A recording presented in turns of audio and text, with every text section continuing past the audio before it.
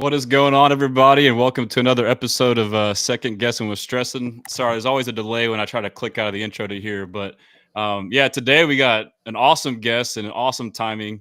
We got DJ, and I've been pronouncing your name. I should have asked you before the show. I pronounce your last name Bien-Aime, which is probably wrong. Is that Oh wrong? no, it's right. Bien-Aime.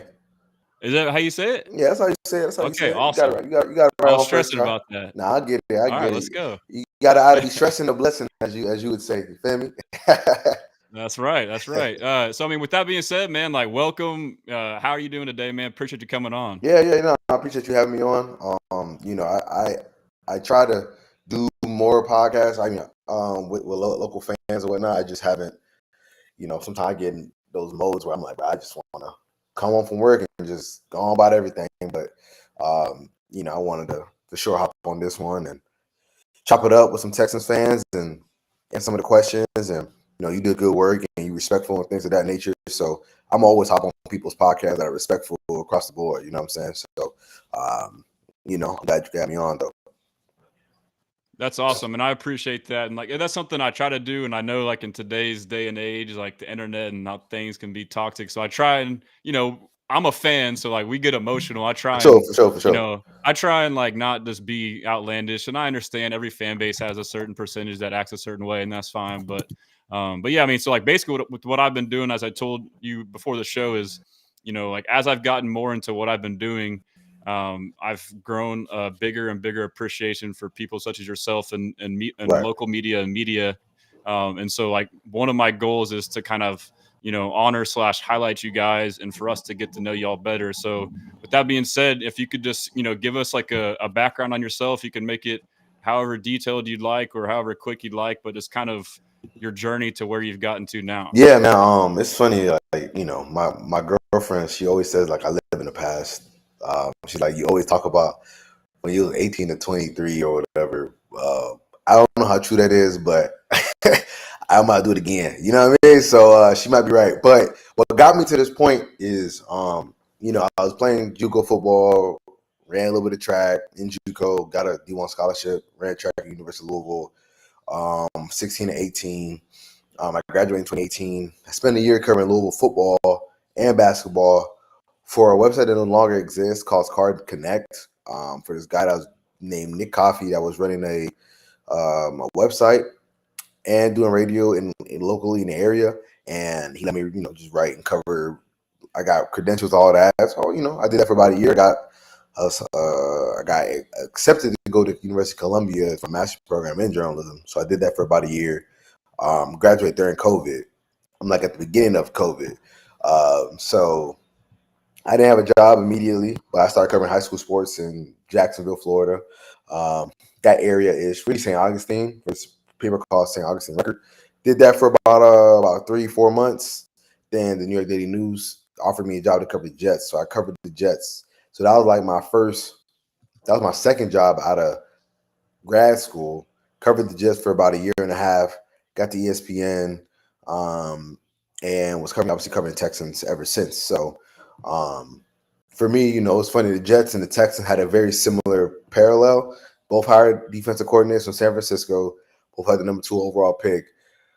The Jets, unfortunately, drafted Zach Wilson. The Texans, fortunately, drafted CJ Stroud. And that's the reason why Saleh is no longer a head coach and why D'Amico went to back-to-back divisional rounds in 2 seasons. You feel me? So, watching that parallel was kind of interesting. But yeah, man, I always wanted to be, a reporter, or at least work in the sports space, but not be a trainer. It's funny, like now I actually want to go back to training kids and maybe be a coach on the side, ironically. But yeah, so it's a little bit, background about me in that regard, how I even got to this point. You know what I'm saying? I just crossed 30 a couple months ago, back in December. Welcome. Yeah, I know, right? I know, so, now all the people that I call old, like Jonathan Alexander, Chronicles, Sarge, Aaron Wilson. Now they call me old because I just crossed 30. I used to always be the guy that was just like, oh man, how old y'all? Oh damn, boy, you old. You know what I'm saying? So now they call me old. You feel me? So but yeah, so just a little background on me. You know what I'm saying? So now obviously I work at ESPN covering Texans. Yeah, so that's awesome, man. I mean, when I ask that question, like I hope it's a long answer like that because I get to learn more about you. We all do. I knew you ran track at Louisville and were at a JUCO. I assumed you were in track at a JUCO. I didn't realize you played football too. What position were you? I play wide. I play wide out. But, Receiver too. I yeah. played at SFA. On a word. Nice. You see, I wasn't as good as you, obviously, because I wasn't good. Nah, I don't know. I I wouldn't wasn't say good. that. I Hey, mean, I didn't. I wasn't good enough to get no, NCAA. You know what I'm saying? Spot. You know what I'm saying? Hey, I I'm not was a saying I JUCO played a boy. lot either, though. I mean, I had Hey, limited, that was limited more than stats, me. That was more than me. I mean, I did play JUCO ball, but JUCO Hey, but JUCO or ball, like the last chance you stuff, like that yeah, shit's real, bro. Like you play with some dogs in those schools, man. you do, you do, you do. That I agree. I mean, I played with some guys that ended up going to some D1s. I actually went to 3 JUCOs, so I think at 2 out of the 3, I played with a decent amount of guys that ended up going to D1s. Cause really, like if you can get like 2 or 3 guys to go D1 out of your school, that's always a plus. So But with it's not that, always about ability. It's like other things going on too, oh right? Like yeah, so like yeah. So like it's not like so my point is like there's talent. It's just like they yeah, for it's just sure. But I wasn't one of those people. You feel me? I just wasn't good yeah enough. yeah yeah yeah yeah. I'm not one of those guys like, oh boy, hey, if this would have happened, that would have happened. Nah. I don't live in that false reality. Even like with track, my last year I got hurt at Louisville. I still Yeah. say like the most I would have did maybe is run 10.3, maybe 10.2. I'm not gonna say like, oh man, I would have ran Maybe 10 10-3, flat. 10-2. Come on, bro. Shit, that's Yeah, fast as hell. I What are you mean it talking is, but about? like I can't say like because I did. That's a Yeah. hypothetical. Like I ain't do it. Like my best Yeah, was yeah. ever was 10.4, but like I can't say like, oh, if I was healthy, I'd have ran 10.2. I can theorize that, but like at the end of the day, Yeah. like I left Louisville in 2018. You know what I'm saying? Or Louisville track. Yeah. We in 2025. So like for me, like I don't Yeah. even try to go down that rabbit hole. You know what I'm saying? Because like for me, like I was in JUCO a decade ago. Like Yeah. my last JUCO was almost a decade ago. You feel me? Or my last season playing football was almost a whole decade ago. You know what I'm saying? So I try not to even like, lie to myself in that aspect. Some guys would though. Some guys would, but I Yeah. can't say I for sure scored multiple college touchdowns. Yep. Hey, let's Yep. go. Yep. Let's Yep. go. Yep. Hey, but I'm in the same boat too. Like, I'll admit, like, I went to the schools, but I didn't like play like as much as I would have liked or had the stats. So I mean, but like, it's not like what good is it going to be to make excuses, shoulda, woulda, coulda? Like, you're Right. only hurting yourself when you do Right. that. Like, to maybe try and look cool. Like, no one Right. cares, bro. Exactly.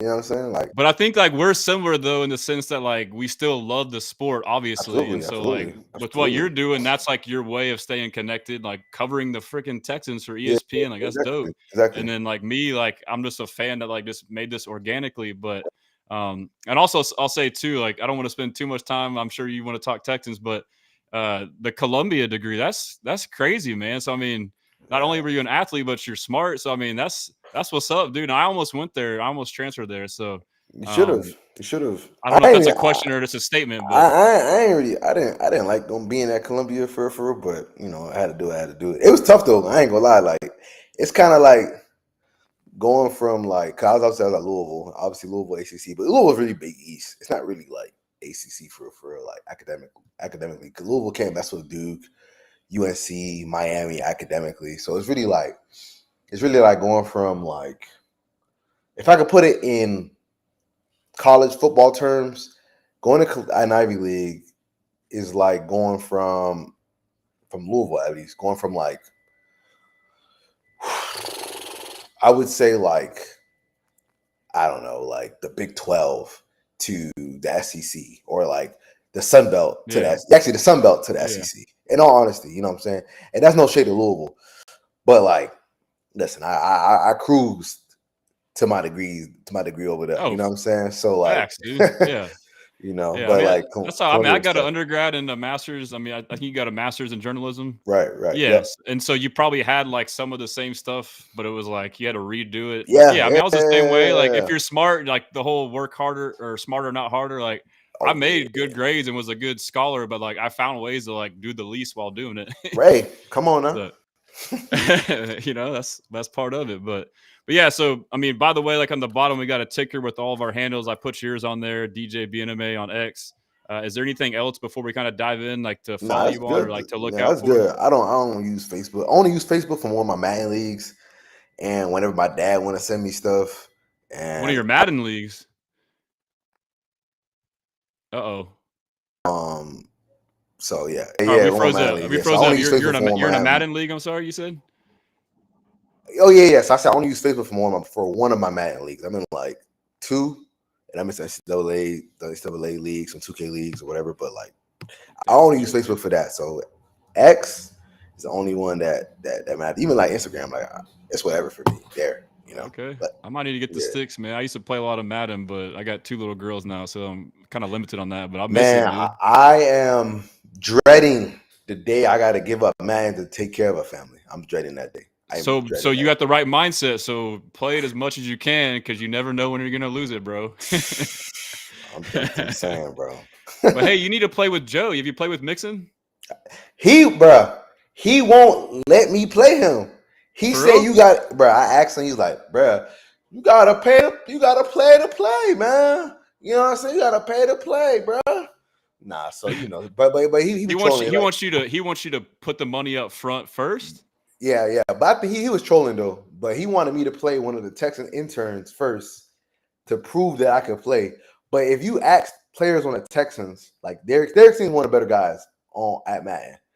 Really? Like I played Derek a bunch of times, and he know I'm up on him. He'll confirm that. He knows I'm Wow. up on him. You know what I'm saying? You feel me? Like I used to play. Like these are my guys I used to play.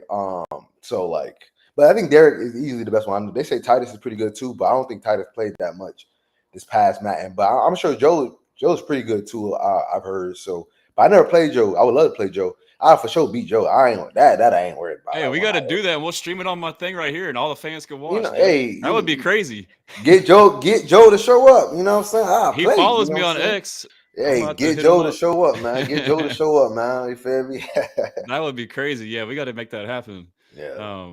But yeah, man, we could sit here and just kind of chop it up all day. I'll try to get into some of the Texan stuff. I mean, just shout out everybody in the chat. We got over 600 live at least between the several of them, so people will kind of pile in. So appreciate you guys tuning in. If you got some questions, just fire away. But I'll start asking questions myself, and I guess I'll start with the big stuff first. I mean, congratulations, you broke the news on the Kenyon Green trade for CJ Gardner-Johnson. Right. Can you kind of give us like some background on that? Like, I'm intrigued, like how that stuff goes down, and then is there any like extra tidbits of dialogue that we might be excited to hear about? Yeah. So I mean, with that story, the way I broke it was like, I might get in trouble or whatever, but whatever, I don't care. No, so yeah, I'll say this: No, no, like, no, no, no, no. don't. I mean, Yeah. like my editor might be like, "What?" But I was at the gym, right? So I was actually I was warming up. I got my personal trainer. I was warming up, getting ready about to do some leg day or whatever. And one of my Philly guys, one of my sources in Philly, texted me like, "Yo, we about to trade with y'all." I don't know. He always says y'all talking to Texans, and I was like, "All right, for who?" And then we said Chauncey. I was like, "Oh, hold on now. Wait, what?" I had to stop my whole warm up. I was like, "All right, let me, figure out what the compensation was." You feel me? I hit up Adam. We chopped it up, and then we were just able to kind of work together. So like, we was actually kind of sitting on it for a little minute. We kind of had all the details kind of ironed out. They were just kind of waiting on like, just sometimes some of this stuff. Sometimes you got to wait on the okay from teams, blah blah blah, like to like be like, all right, y'all good to report it, because once the teams get involved, they're like, yeah, like y'all can report it once we say get okay. You kind of follow along with it because you don't want to burn any bridges. You don't want to upset nobody when it comes to stuff like that. So yeah, I mean, like I think I got the text around like it had to be 8:50. I got the text maybe like 8:55, maybe 9. I remember I got to the gym like at 8:50, and I got the text shortly after. So I basically wrote everything up and then sent it on to who I had to send it into, and then kind of went from there. I mean, my Philly guy told me basically so they could save some cash. They basically didn't want to pay him anymore because they had to get ready for some of the young guys that are going to get paid, which is like Jalen Carter, the center that replaced Jason Kelsey, et cetera, et cetera. Like, so it was pretty simple. Like, they just gotta pay some other guys. It's kind of like with the Texans, right? Like, they moved off Laremy because they got to get ready to pay Stingley, Will, and CJ. So it makes sense. So sometimes you just gonna move off the guys that are a little bit older and hope that you can replace them with somebody else that can step in and do the job.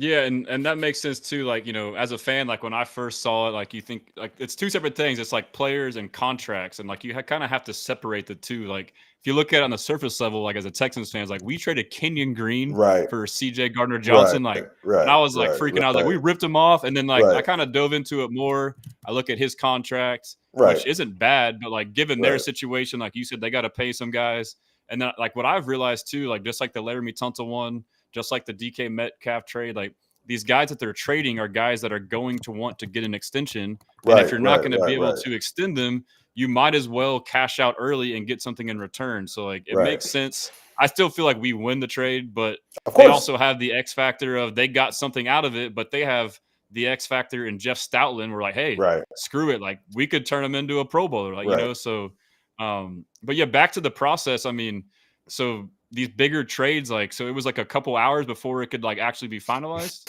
Yeah, yeah, yeah. or like reported, I guess. Right, basically, yeah. Sometimes, you gotta wait because you don't want to burn any bridges or anything like that, and then kind of go from there. You know what I'm saying? So, um, like I said, like I had it, and obviously they're probably talking about it way before, right? You know what I'm saying? Like they're probably talking Yeah. about it prior before, probably maybe even the day before. Just trying to get down details. People sleep on it, wake up, and then finalize everything. So, I mean, but the fact that they got him for Kenyon Green, Insane, bro. yeah, because like Johnson is a hell of a ball player. Like, and he brings like that nastiness that I don't want to Mhm. say like the Texans were missing. But they don't like they have dogs, but they don't necessarily have lunatics. You know what I'm saying? Like people that are like, like they're a little Yeah. off. Like Yeah. they don't. I don't want to say they're missing that, but they don't have a guy that's out there talking trash all day. You know what I'm saying? Like Stingley's quiet, Kamara's quiet, Bullock's Yeah. quiet. Aziz will talk. Obviously, he'll bark and he'll hold his guys accountable, but he's not gonna do the mind games. On the opposite side of the ball. And then you have Daniil. Daniil doesn't even talk. You know what I mean? And Will's just a grinder, right? So you kind of need like that that that dog that has that contagious energy because trash talking, as long as it makes sense and you can get the guys to believe it and buy into it, that can be contagious. That can rub off on everybody else, right? Like if you Yeah. going around telling them like we way better than them, we way better than them, like that can rub off on them. And then again, if you're talking trash to them and you can get in their head and you play ball, when somebody, like we've all had Yeah. that experience with You can intimidate people and right, yeah. right, when someone's got in our head and we over here acting, not even playing our game. I remember one time when I was in college, my first ever like padded training camp at like a JUCO or whatever, and like I let a guy get in my head. I'm over here dropping Mhm. passes, getting getting Yeah. knocked on my butt. You know what I'm saying? Because I'm over here Mhm. letting myself get thrown off because Well, someone was talking your trash. mind's over here, like you're not focused Yeah, on yeah. exactly. Yeah. So having a guy like that can for sure take the Texans defense that was already borderline great to like elite. And so I didn't realize I was kind of like researching like the dude has an alter ego. I don't know if you knew that, but like he says like when he plays football, he refers to himself as like a whole nother person. He's like, yeah, when I'm on the field, I call myself CD or Deucey, right? I think is what he calls himself. Right, right, I was like, right, when I saw right, that, I was like, bro, like this is crazy, dude. So yeah, I mean, I'm super pumped about that. But yeah, I mean, you're right. We do have some like attitude guys, but not a lot of barkers. I feel like Stephon Diggs was kind of like that. Yeah, And I feel like yeah, these yeah. guys kind of get misconstrued. Like people don't know Right, how to handle it. And right, like, right, with Stephon Diggs, like I loved how D'Amico handled it. And like, he's like, I love Diggs. Like he's basically saying like, you have to let them be themselves. Like you get these, high energy guys that shit talk or whatever. You have yeah, to like channel it and funnel it in the right direction. Like I'm not, rather than me trying to change you, I'm right, going to embrace what you do for good and right, use it to like rise everyone else up. And so like considering that, like I think it's very similar to Diggs. Like, all right, now funnel this right, energy and use it for good, right. Yeah, the chat saying that Aziz is a lunatic, but like I don't know, like Aziz one of the nicest with people his I've play, ever. right? Yeah, but he's one of the nicest people I've ever met in my life. You know what I'm saying? So like, it's hard for me to even be. And like, he just plays really hard. And like, yeah, like he has a switch, but like, it feels like Like CJ can go to like a like, screw loose. Like you wouldn't care what you're wording, yeah, but like yeah, yeah. like he goes to like a whole different like place. You know what I'm saying? And I'm not saying Aziz doesn't, but Yeah. like man, I listen. The Texans are blessed to have him on their defense. He's the perfect swarm guy. Yeah.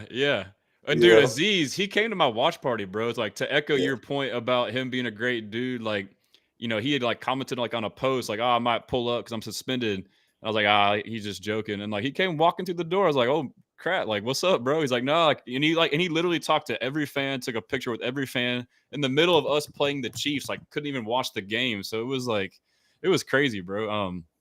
Yes, I mean, I agree. He is a great guy, but I'm excited about the prospect of that. And then I guess just to wrap up on that trade, I understand a lot of fans I mean, we're justifiably so like upset with Kenyon Green's performance, but Right. Right. I wish him the best. I think most people do too. Do you think that there's a chance that he can be revitalized, kind of like Mekhi Becton was in Philadelphia? Yeah, absolutely. You know what I'm saying? Like he got talent. I think he just has to be more of a you should understand like this is a business, and if you're not handling everything right, that all you're doing is opening the window for things to go wrong for you. You know what I'm saying? Some guys are more talented that can get away with stuff, but like the margin of error for most guys is pretty thin. And just because you're a first round pick, that doesn't necessarily matter. You know what I'm saying? Because like when people are out there, they're not thinking, "Oh, this is a first round pick. Let him get off or let him do his thing." Like, no, like you first round pick, they're gonna try to like bust your ass. You know what I'm saying? Pause. But like but like I think Kenyon realizes that he had to take his diet seriously, his physical fitness seriously, all that. Like, well, I mean, seriously, I'm not saying he took it like he didn't take it seriously, but I'm just talking about taking it to the next level where you're just Yeah. seriously detailed in all of it. I think he would become a quality starter. I don't think he'd be maybe not a Pro Bowl, All Pro, but we've seen plenty of times offensive linemen get tossed to the side, they get somewhere else, and they completely turn it all around. Like Mekhi Becton's stock was in the toilet, Yeah. and he Yeah. got to Philly, and it completely changed for him. So I think, I think if there's one place where he can fix it, it is in Philly.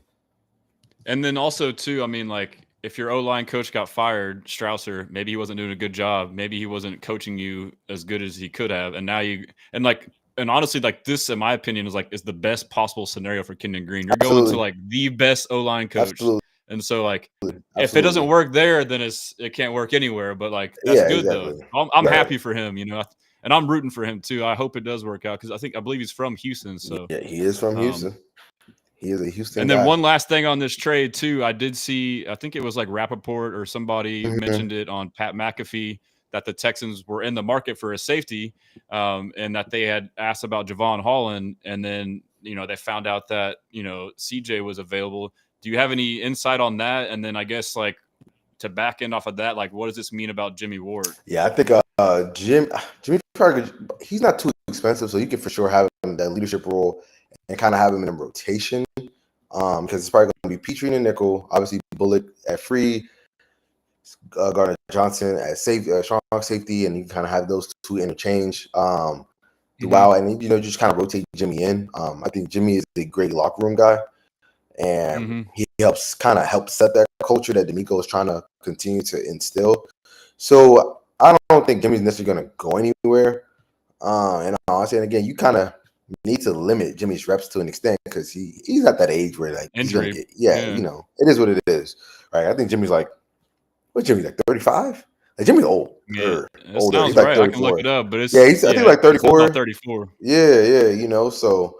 Um, so yeah, I think And he plays like in a crash out style. Like yes, his style of play is not sustainable to play for.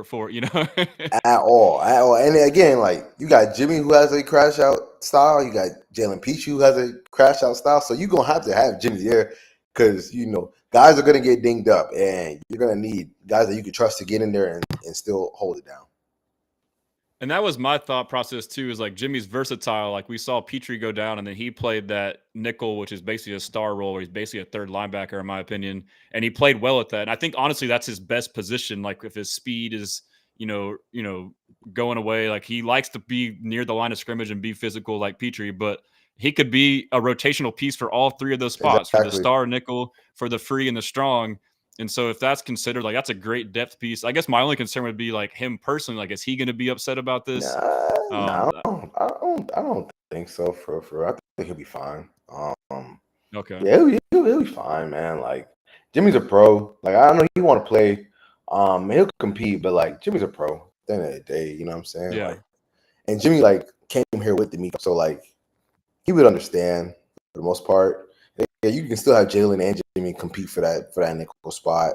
But yeah, you don't really gotta worry about him like That's being a true. malcontent. You know what I mean? So Yeah. Well, that's good to hear. I mean, if anything, you just added more talent, which is good. But exactly. we'll take a question from Mr. Optimistic. He says, "Hey DJ, big fan. Do you have any insight in how the team feels about Thomas or Henderson?" I think he's talking about the two linemen. I mean, Zach Thomas, and then Henderson, I believe, is the guy from Michigan. yeah, I know you're talking about the 7th round pick. So with Thomas actually had a shot to like actually potentially like play last year. It was either between let him play at left guard and keep I think at the time we keep Titus at right tackle and then have Zach at left guard next to Laremy, or just put Blake in and then put Titus at left guard, right? And obviously they went with the latter. But that just shows how close it was in that aspect to where Zach almost, ended up getting some reps in the game. Yeah. He was like our last resort, bro. Yeah, exactly. Our only option, It was Right, late in the year. There were no options. Right, exactly. And he almost got in that aspect. So, I mean, so obviously they feel smooth about him, but, and then obviously with Henderson, he hasn't played. So, like, I don't want to give you fluff and be like, man, they feel great about him. I'm like, he hasn't played. So, like, at the end of the day, like, they're going to say positive things and things of that nature. But at the end of the day, like, you got to get out there and, especially on O-line, you got to get out there and do it. So, like, for me, the O-line is still, in my eyes, a big problem. And I'm curious to see how they address it throughout the rest of free agency and the draft. Yeah, and so I guess, I was going to ask you about that. I mean, it's the same thing that happens every year for agency. We don't see a bunch of splash things happen early on, and then all of a sudden the sky's falling, Right. Sell the franchise, Caserio is terrible. And I try and like tell people like, hey, be patient. And, normally the first couple of days, it's just like some depth re-signings and special team guys. Right. But anyways, it's going to happen regardless. So with that being said, like obviously O-line is a big need. And then we had, I guess we'll go to the Tunsil trade after, but basically, what are your thoughts on us having not signed an interior guard right now? I mean, you did get Laken Tomlinson, but adding more, how do I feel about that? I mean, they were always going to be tight on money because they didn't come into free agency with a lot of cash, and since they didn't come in with a lot of cash, they couldn't bid for the better guys, unfortunately. Maybe they can make some trades. I mean, they obviously made the decision to completely revamp it and kind of take their lumps there to an extent, right? Like, put Titus at left tackle, keep Blake at right tackle, figure out the interior, maybe draft somebody, things of that nature, and just kind of go from there. Because in all honesty, like, I'm being honest with you, like Laken Thompson, like one of my guys in New York was like, he's washed.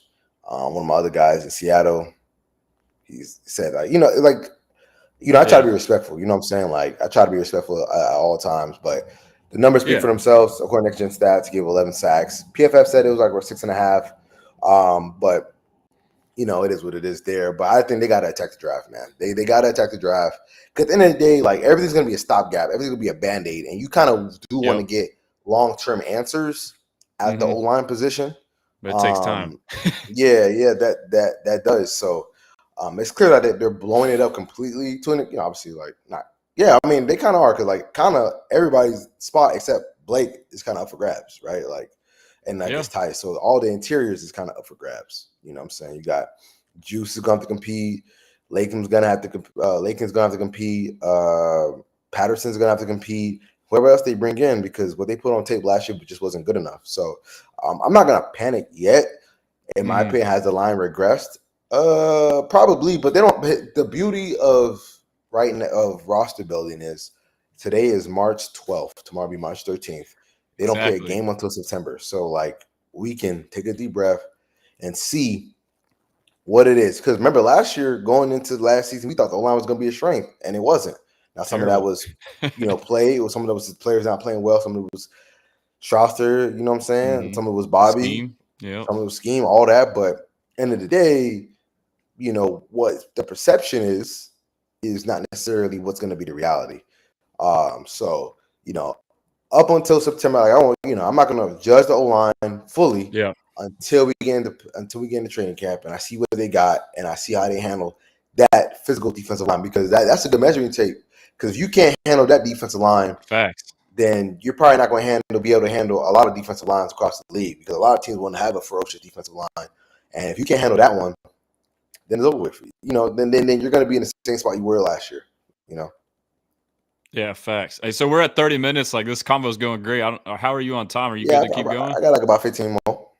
Okay, cool. So I mean, there's just so much to talk about. So I guess with Lincoln Tomlinson, like my thought was like it kind of happened like right after the trade of Kenyon Green. So like my thought process was, this guy's a vet. Like you said, he's not like a world beater. Like to me, he was just a replacement for Kenyon Green. In my opinion, the money was almost the same, and Kenyon was slated to be a backup.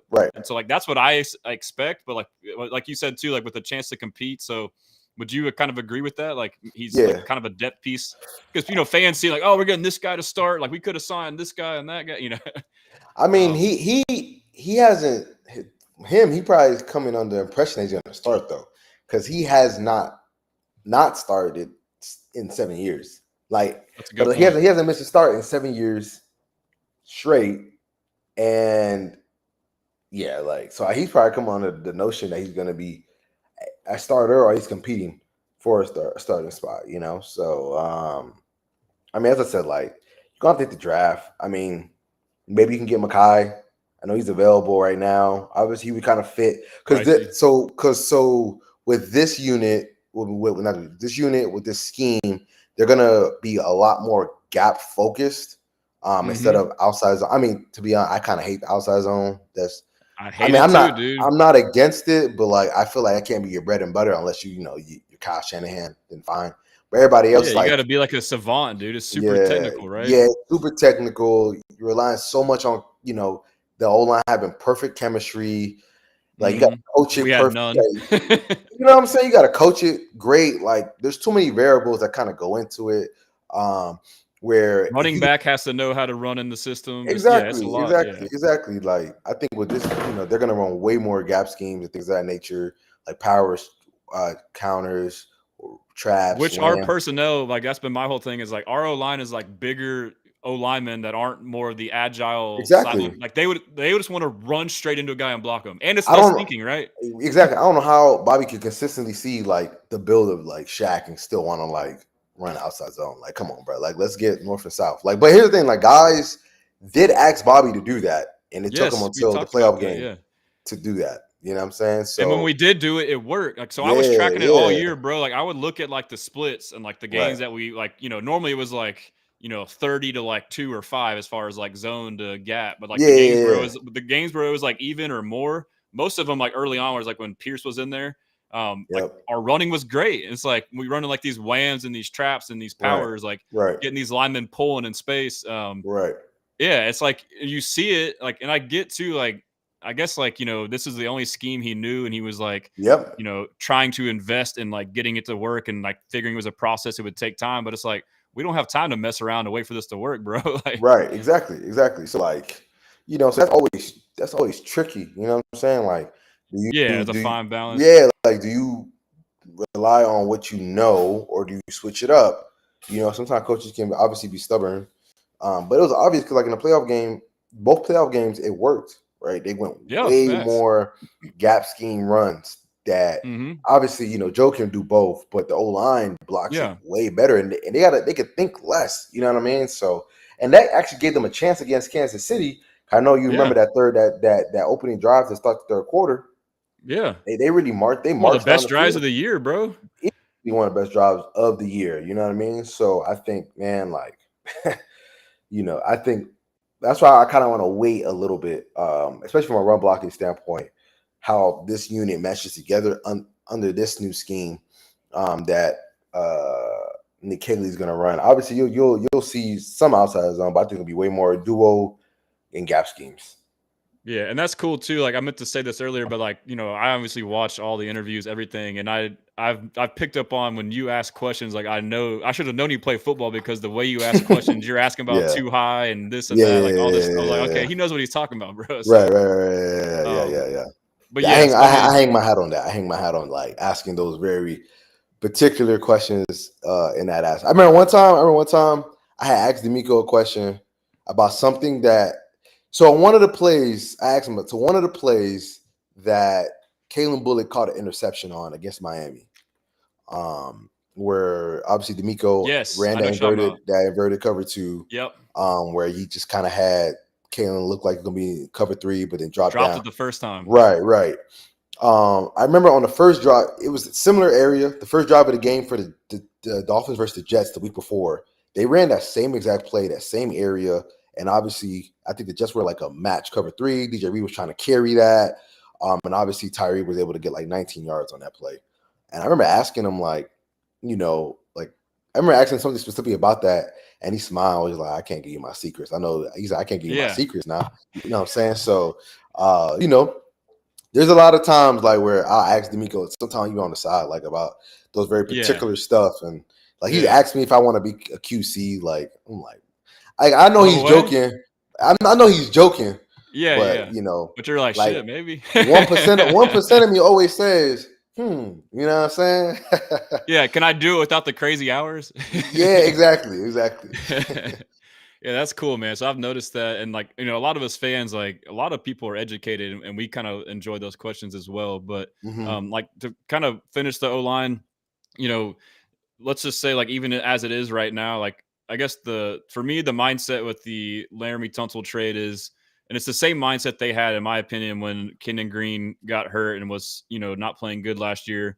The decision to move Titus to left guard, it was okay. Well, now Fisher's going to play right tackle. A rookie. He's like, yes, you're going to regress, marginally at right tackle, but you're going to improve at left guard. It's about the overall best five. And D'Amico said that. So this is kind of the same philosophy with Laremy. I mean, obviously it was more so a cap situation, for sure. savings. And then, but as a result too, though, now you have more money and more draft capital. And so if you look at it this way, is like, would you rather have a better interior and a worse exterior, or a great interior and a terrible interior, which is what we had last year, Yeah, and then also question. Too, it's like so like that you have that part of it, and then like if we can improve the interior, like yes, now Titus may be a little bit less, not as good as Laremy, but you hope to improve the interior. The overall net benefit is good. That's my take on it.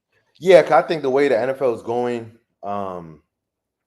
where teams are starting to sit in a lot. Obviously, we've heard it nonstop. The split safety looks too high, blah blah blah blah.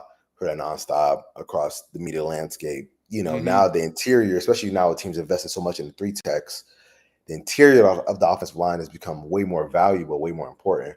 So, I think that in my honest opinion, I would probably want to be great on the interior and average on at the tackle spot. The way the current NFL is set up, if my quarterback is has good pocket presence, my quarterback doesn't have good pocket presence, I would rather have that taken care of on the edges, and then the interior. So at least if he sees the pressure, he can react off of that. If you don't have good pocket presence and you have bad tackle play or okay tackle play, he's not going to even feel that pressure. He's going to get his bell rung anyway. So CJ has good pocket presence. So I would rather have a really good interior, so you can keep that obviously fortified, and then let them kind of operate off of the pressure coming off the edge, and feel that and kind of operate with off of that. So and that's just a pass blocking too. Like if you talk about the interior and like three tech and now one techs aren't as prevalent. Like if you can now run the ball with the interior with the gap scheme, like now you're in business, bro. Yeah, exactly. And it's a too high shell, so they're daring you to run. Right, exactly. And all you gotta do,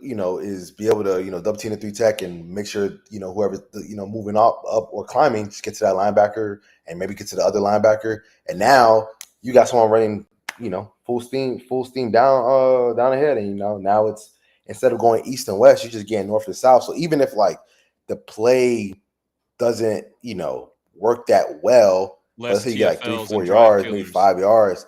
And exactly, because with outside zone, man, you increase the opportunities for TFL. You drastically increase the Those were drive opportunities for the killers, bro. TFLs. Yeah. And that was the big problem too, is we were constantly in 3rd and longs. It's like, well, yeah, like so that's a big reason why right there, right? Exactly. Yeah, it's crazy. We're kind of like I'm learning stuff. Like I need to talk ball. I need to get your number, man. Let's talk ball, man. Because I'm For like, sure, man. I'm a nerd for this stuff, and like I just Yeah, me realizing too. new stuff too. So Yeah. No, I'll be calling coaches across the league sometimes, or like talking to people that understand all this stuff. Because like one thing I like to do like is when I'm watching or going through the stuff, like calling people that know more than me, so then I can just get some insight on what's going on here, what's going. Like I remember when the Texans couldn't run outside zone, not because teams were sitting in the cutback lane, but because they were running pirate, where they were cutting off they were the Lions exposed that, right? Yeah, the Lions exposed that, but it started in the Bears game. That's why, you had Joe Mixon for 150 week 1, but week 2, granted he got hurt, but he couldn't really get much going. It was because obviously they were having their nose tackle pick off the center who was always trying to climb. So it was, I think at that time it was Juice. Wow. And I remember I remember a player told me that. I remember, calling, obviously, I did the show with Pat Hamilton, asking him about that and like, how do you counter that, blah, blah, blah. He's like, well, you got to just run gap schemes at that point to get and you we didn't want to do it. You know what I'm saying? Obviously, they eventually figured it out. Crazy, bro. Yeah, they eventually figured it out because you got to run gap schemes to kind of wash them down from doing that. You got to keep them honest. Exactly. It's like the run in the pass. It's like the different types of runs. Exactly. But that's what excites me the most about like football in aspect is like there's the so game many within the game. The game within the game within the game. It's such a chess match. You know what I'm saying? Like it's such a chess match where like your coaching matters a lot there. Like you really need your coaches to put you in position to make plays and like give you an edge so you can obviously just play, and like when you're just playing, you end up being in position to succeed. They're all elite athletes. So I mean, like if you look at it, like my whole take is like, obviously quarterback's the most important, but after that, like the head coach, like the game plan matters too. I mean, absolutely, you got Heisman Trophy winners who don't even make it in the NFL. So think about that. Like everyone in the NFL is good, bro. So like, you need to be put in a good position to succeed, right? Right, absolutely. Yeah. Like I remember against Miami, obviously, the Texans, they obviously, when they went 3, sometimes they'll match it, and in that week they didn't match it that much at all. And I remember there was nothing I noticed. I talked to Henry Tortora about it a little bit. Whenever the Dolphins ran play action, they were really disciplined and like not taking any steps forward. So they know against Miami, if you even take that step down, Tua's going to throw anticipation into that window, and they were like, we're just not going to move at all. We're going to trust our D-line we're going to trust our D-line to handle whatever that is. And if they run the ball, cool, so be it. You know what I'm saying? But it's just like those little things, and they didn't run that much match cover 3 throughout the game because they didn't want to have any situation where like you get Tyreek Hill match up with the wrong person. Now you're going down the sideline, blah, blah, blah. Right, exactly. And then obviously Stingley handled that at the end. But, but like those little things, you know what I'm saying, where you break tendency to do something different to throw the other team off, and, just all those little things. That's why I always enjoy like the game plan aspect. I want to see what the game plan is so you can get your team to win, And D'Amico Ryans, in my opinion, is like a defensive mastermind in that regard. He's dynamic. Like you just mentioned, like week to week, he watches the film, he makes an adjustment. Like they think we're going to do this, we're going to do that, and he adjusts. And then on the flip side, you had Bobby Slowick, who was the complete opposite. Unfortunately. And it was ironic to me, bro. Like if you were just to watch the tape of that offense, you'd be like, oh, this is a 70-year-old OC. He's one of the we're going to line up. We're going to line up and run this no matter what.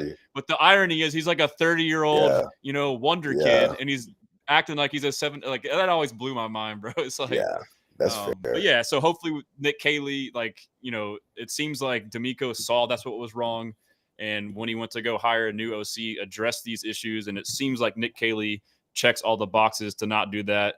People got alarmed as fans when they heard game plan offense or adaptable. I'm going to adapt to my personnel. I'm going to gap to the, opponent. Like, to me, that's a great thing. It's like we're just saying, like, you got to adjust, man.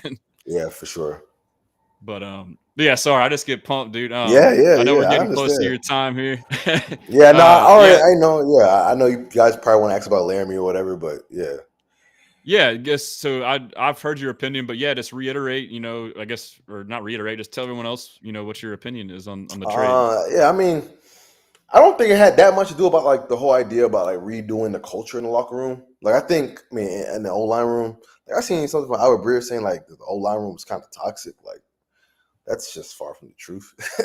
Bro, that was But BS. Like that guy yeah, just that was his opinion, right? And then it gets carried like it's a fact, like a yeah, source. because that didn't. Because I'm like, all right, because here's the thing, like if you're gonna say certain things like that, if you're gonna give an adjective when you're reporting, like or description, you have to give an example of something that details that example, that brings that example or that description to life, Exactly. right? Like I couldn't when I did my piece on Bobby, and there were some things that I had in there that had to get taken out because like once they hired Nick Caserio, like powers of be above my head, like we had to fit that in certain things that got out because we didn't want the thing to be like 3,000 words. But when I said like things about him being predictable or whatever, like I had to give example or not adjusting like the line. I had to give like the Lions game as an example, right? Like you can't say something like that, like toxic, and not give an example of what made it toxic. You know what I mean? Like the Reckless, O-line room bro. wasn't toxic at all. Like Yeah, they all you're in rocked with there. each So other. your Yeah, your perspective is no. yeah. Like Yeah, that's they crazy. all rocked with each other. Like they just couldn't pick up stunts. Like that was just it. That's what it was. They just could not pick up stunts to save their life. Like, and I do agree to an extent that like Laremy could have probably been better in the sense of like, better in the sense of like being more like vocal and like you know galvanizing the troops a little bit on the online room a little bit, but that's just not his personality. You know what I'm saying? Like Yeah. that's literally not his personality in that aspect. Like he's more like the encouraging type, but he's not like the more like get in your face and like cut you out type. That's just not who he is because he don't react well to that for the most part. So he's not gonna do that to other people. But again, it was more about the cap. I was on a podcast yesterday and I mentioned like when it comes to the trade, you know, people are gonna focus on the culture stuff or whatever, or like whatever that means. But in reality, it was just about the cap situation, and they want to get out in front of it. Because remember, Nick Caserio comes from the New England tree, where like they Yeah. always were gonna Forward thinking, future yeah, thinking. where they traded guys a year early It's rather just than a what year Howie late. Roseman did with CJ Exactly. Gardner-Johnson. I mean, Literally, yeah. yeah. It's Yeah. really that simple. You free up $42 million in cash for the next 2 years. Yeah. Because Laremy was for sure going to ask for an extension eventually, whether it was going to be this year or next year. He was going to ask. So Mhm. like they didn't want to. They knew he was going to ask, and they didn't want to pay him, and that's that. It's kind of I gave the analogy like Yeah. if somebody, let's say a girl dating a guy, and the guy cheats on the girl, and the girl breaks up with the guy, and she tells her homegirl her reason is, she say, he had a bad attitude. He didn't clean about himself. He barely showered, and he cheated on me. The main thing that we're gonna focus on is that he cheated on her, and that's why she left. Yeah. All the other stuff is cool. All the stuff is for sure like little nibbits, but at the end of the day, the main reason why that person is gone is because they cheated, and the main reason why Laremy is gone is because he was expensive, and they got to pay Stingley, CJ, and Will, and possibly Nico all within the next 2 years. Yeah, so that's kind of why I did. I wrote an article and I started out with cap, but so like I think it's like a formula. Like I think that's part of it, but it wasn't the main reason. This was the Yeah. reason. Like, oh, also this, yeah, that makes it Yeah, easier to make yeah, this yeah. decision. Right, And right, then it's a right, side right. benefit. Like, okay, now we can focus on this. Yeah. So I mean, I think I'm with you on that, but like I still think you can still point out some of these things of how it's better, but that's not why they did it. Just like, hey, this Exactly. guy's lazy, let's cut him. Like, nah, dude, like it's financial, but I think Yeah, I regardless, just see fans it are like happy. this. Most Larry doesn't want to participate in trading camp. He practiced in trading camp when he was healthy. Like, you know what I mean? Like, So I but so I highlighted that myself too, but I didn't like emphasize it. But I mean, and like the people, the things that are being referenced is like CJ Stroud when he was on the Pivot podcast last spring, like talking about oh yeah, yeah, yeah, LT yeah, being a yeah. vet. And so again, like, I'm not but gonna like to deny me, that. it's an equation or a puzzle. Like all these moves made, I'm learning it's Right. all about the player relative to the contract. Like Yes. if Yes. LT didn't and we don't know the exact stint of like how many practices he didn't like if he was the leader that we wanted him to be, he finished plays, he stood up for his quarterback, didn't have false starts, all that stuff. and had that contract, then you probably be like, I don't know if we can do this. Like, this guy's Right, legit. right, So I right, think right. that helped make the decision, but it Right. wasn't the sole reason. Like, No, it's, exactly. yeah. So I think we're on the same page. Right, like Shaq Mason, he showed up to practice all the time. He practiced, stayed at the practice sometimes, and they got rid of him. You know what I'm saying? Because he couldn't play. You know what I mean? Like it's simple as that. If it comes back down to contract relative to, as you said, to play, and Yeah. like Laremy just super expensive, and they got I hit up one of my guys in the building. He was like, "Yo, it's really about just the contracts. Like that's the main reason." It's just really the contract stuff. Like they gotta pay. Well, Stingley. that's where the thought process starts. It's like, shit, he's 28, 29 million this year. He's 23 next year. He's our biggest cap hit. Like, this is, if we're looking to get in a better position, like, this is the easiest low hanging fruit.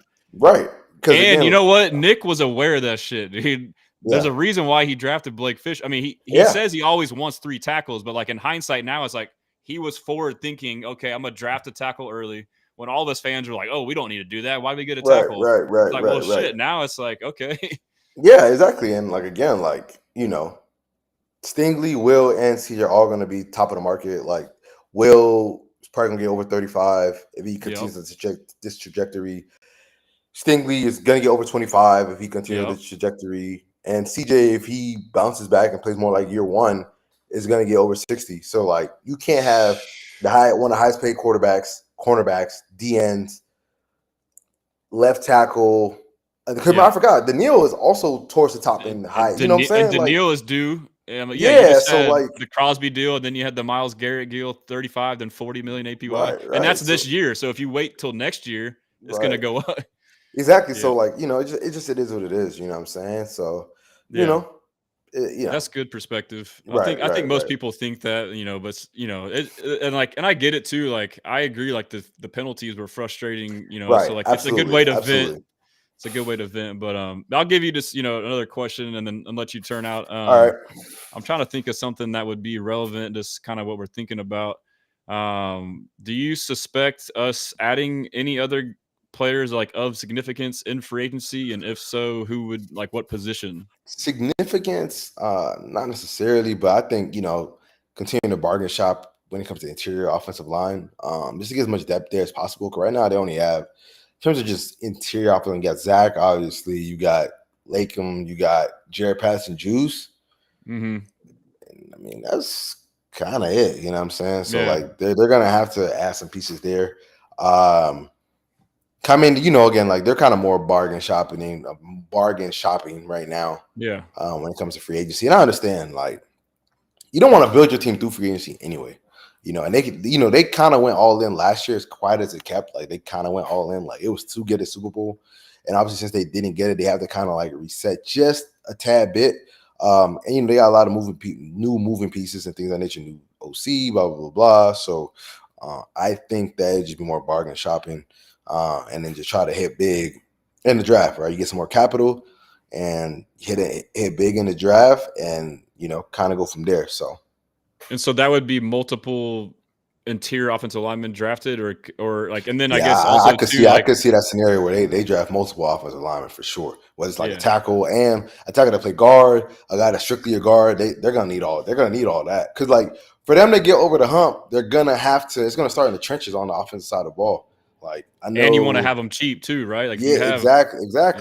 Bingo. Because because you guys see a scenario like Titus is gonna be pretty expensive next year against the cap. Like they might want to move off of that too, So like you're gonna need some. You don't want to be the Chicago Bears where they have to spend crazy buku money to improve the offensive line. Like you want to be able to draft guys and then pay those guys. And kind of, I mean, that's what Philly did. You know what I'm saying? Like, they got their main guys that they've. Well, they're gambling on coaching, right? Like they keep getting value. Coaching. Yeah, they get Kenyon Green, they get Mekhi Becton, they get a rugby player, and they like develop. It's like what D'Amico's doing on defense on the D line. He gets these bargain bin guys that no one's heard of or no one likes. They have career years and way exceed their contracts. Yep. So that's exciting, man. I'm optimistic about it, and we talked about it too. I think just from the standpoint alone of even the guys we have now will be better than what Kenyon and Shaq were. And then you throw in a new OC with a new scheme. Hopefully it's more gap running, so it's not crazy down in distance. Hopefully CJ Stroud, from what I'm understanding, will potentially have more control of the offense. Mm-hmm. Yeah, so I'm optimistic, man. All right. But yeah, I'll let you run, man. I feel like I could talk to you all day. It's been some good stuff, and we'll have to run it back soon. I mean, we got over 1,200 in here, and I'm sure there's a couple more hundred on the other one. So they turn out for DJ, that's for sure. Appreciate you having me, though, bro. Bro. But yeah, whenever you're ready, you can just hit the exit there, and I'll shoot you a DM later. And I appreciate you coming on, man, and all your hard work. I appreciate you having me on, bro. You have a good night. All right, you too. All right, fellas. Yeah, man, that was cool, dude. That was like some real good insight, and like someone in the locker room. So, shout out all y'all for tuning in. Unknown. Shout out Brandon. He says Titus and Schultz going to be gone next year to make more space. Yeah, for sure. Brandon says they want some of their lower level contracts first, so they're asked really huge contracts for their star clients. I think they're talking about the cap. Shout out Joseph. He says the draft is crucial for Nick. I agree. Brandon's holding it down in the chat. Engineer, that's my guy. What up, engineer? He says Garrett Wilson is irrelevant. Yeah, I don't know if that's an option. Joel Flores says, "What about Petrie? You think we'll pay him?" I guess it might have been a question for DJ, but like my personal take is yes, but obviously depends on the price. But I feel like he's very underrated. Maybe his market value may be up based off of his year last year, but he definitely fits like the swarm culture, the hard work ethic, and the style of play on defense. So I know D'Amico would love to have him back. Joseph Rivera, thanks for tuning in, says CJ and Sting are going to need a Brinks truck at NRG. Facts. It's going to be crazy, dude. Unknown says, I'm so excited for our defense, but I still don't know how we're going to get all these guys playing time. Kamari and Derek are starting corners, but Kalen, Jimmy, Petrie, CPG are all up for grabs. Yeah, so we talked about it earlier, and this was my thought. And then DJ, I asked him, and he told me the same thing, so we agree. But I think CJ takes the starting strong safety role from Jimmy. So now your starting safeties are Kalen and CJ. And then Petrie is the nickel who's a safety playing nickel, basically a linebacker. But then now Jimmy becomes a rotational piece for all three positions: free safety, strong safety, and nickel or the star linebacker role, which we think is a good thing because he gets hurt a lot. His style of play is crash out. And so now we can limit his snaps to keep him healthy, keep other guys fresh. So it's kind of like the D line in a sense, how you're rotating guys. So I think it's a good thing. Shout out RIP Lefty, says he talked about the Tunsil practicing. Thanks for tuning in, bro. Forever Royal says, what's the update on Tank? I know he had his last surgery last week, but it's been on the hush ever since. Thanks for tuning in. I haven't heard anything. I would assume it still takes time. So he basically had, I think, the ACL repaired. And I mean, I'm sure it's just status quo, like your normal deal. From what I've heard, the surgery went well, but I mean, I don't think there's an update to hear in 2 weeks. I don't think anything crazy. Johnny Lambo, thanks for tuning in, says, agreed, innovation is what this offense needs. I believe he's talking about our conversation about Nick Caley actually being able to adapt. So that was a cool conversation. Is like, it's all the same shit we've been saying. And this is an insider who knows the team and the players and the coaches. And he basically agrees with all of it. He's like, yeah, D'Amico adapts and is dynamic within the game plan. And Bobby wasn't. And I think part of that might have been I wouldn't say he got dealt a bad hand, but like, he went to a team to run an offense where none of the players suited that offense. And so like, that's all he knew. And he tried to implement this. And, because we were good, there's pressure on, the time is of the essence. So we're not going to give you time to develop. Like, we need you to figure this shit out now. Whereas if you could have gone somewhere else where they were rebuilding from scratch, you could have taken time to do it and been better. But yeah, it's just tough. I mean, personnel didn't match and he didn't adjust or adapt. Rivera Joseph says, good question. I didn't think about guards in that way. Let's see if we miss any others. Larry Payton, shout out Larry, man. Appreciate you, Larry. He says, why did Caserio assemble O-line that didn't fit the scheme? This was for DJ. Obviously, we didn't get it for him, and he says, why did D'Amico and Bobby hire an O-line coach that didn't know zone scheme? That's a great question, man. I would be curious to hear DJ's thoughts on that. My guess would be, why did Caserio assemble O-line that didn't fit the scheme? I think the problem is, like I just mentioned, it happened in the reverse order. He got linemen that were just linemen, and most the zone scheme is not as common as the gap scheme. Like it's probably like 20% of the league runs zone scheme, like predominantly. So it's rare. So most teams run a gap scheme and get linemen that are gap linemen. I feel like the zone linemen are more, um, rare to have that skill set, or you have to take time to groom or teach a player to get out of what they run their whole life to run a certain type of zone scheme offense would be my answer. So basically we had it instilled, and then Bobby comes in and, hey, this is our personnel, and is like trying to make him get it to work, and it just wouldn't work. And he kept pushing it and pushing it. And, and we're contenders, we're making a run, and we're still competing despite these struggles. And like we said, like we see where gap scheme's working, and rather than him just running it, it can't be because he didn't know, because he ran the plays that worked. It was just probably like the struggle of like not wanting to give up on your project too soon. Like when you feel like the more and more you invest, like you're right there, like it's about to break through, it's all about to click, but we didn't have the time to do that. So that would be my answer. And then the question about the O-line coach that didn't know zone scheme, that's a good question. And like from my personal observation from watching all these staffs be assembled, it's you inherit, like when you're a new coach, and you're on the other side of the ball, you delegate to the young guy, Bobby, first time play caller, been in the league for not that long. His network or connections is minimal. So basically he's like, oh, this guy knows what he's talking about. Yeah, we'll keep him, so it's probably something like that. Oftentimes there's holdovers, or if there are holdovers, it's because they're good. It didn't work out in that case with Strausser, but so that would be my justification of it, like just them not having like a deep Rolodex of options to hire there potentially.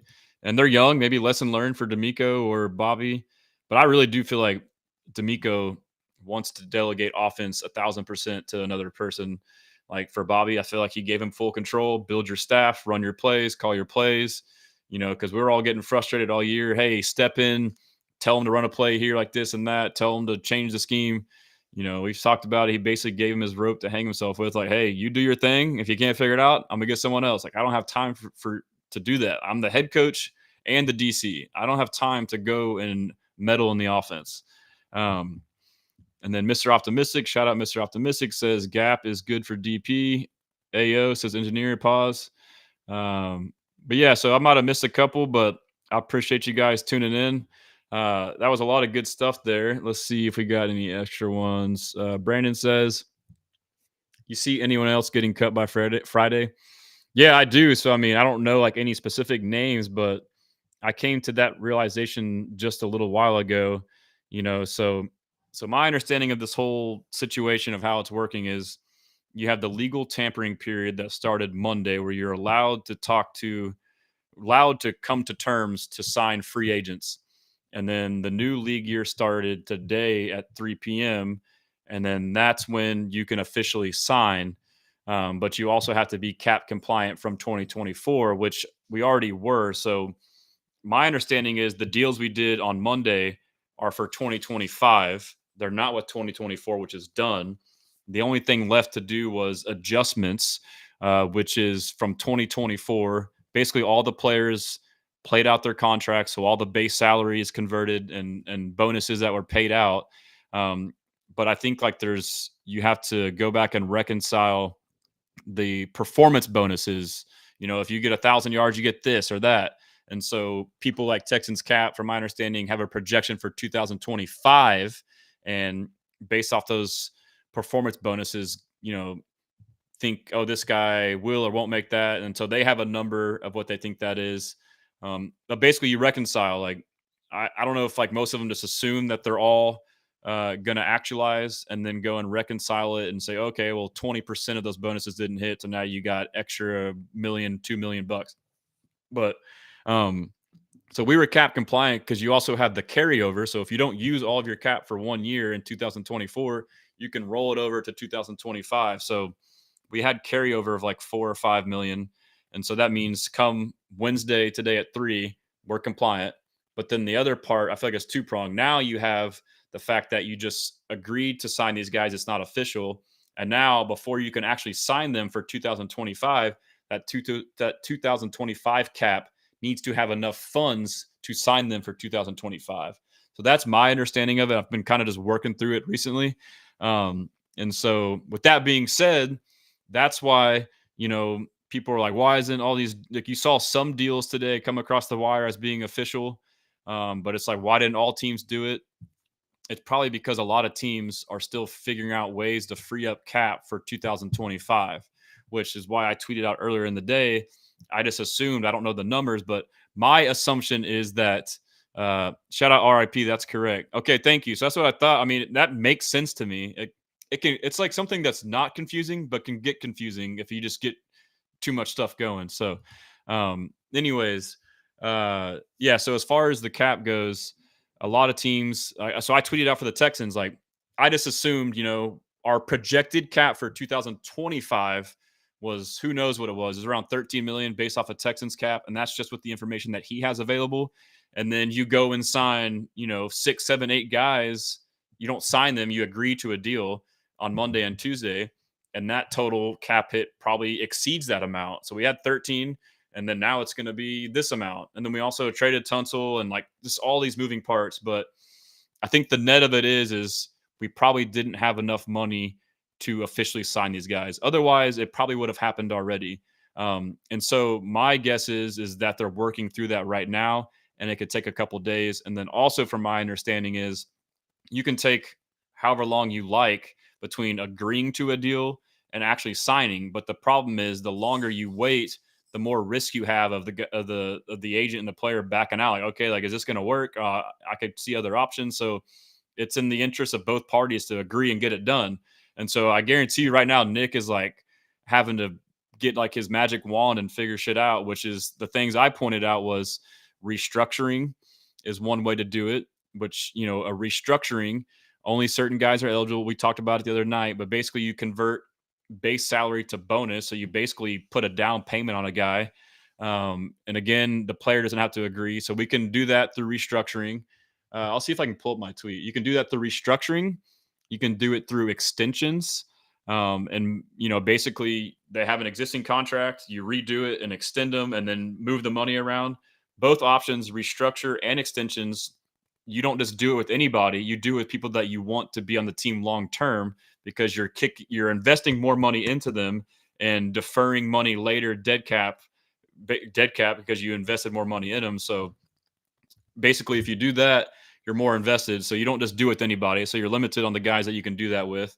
And then as well as, let's see here, so I'm talking about the ways you can get money. We can do restructure. We can do extensions.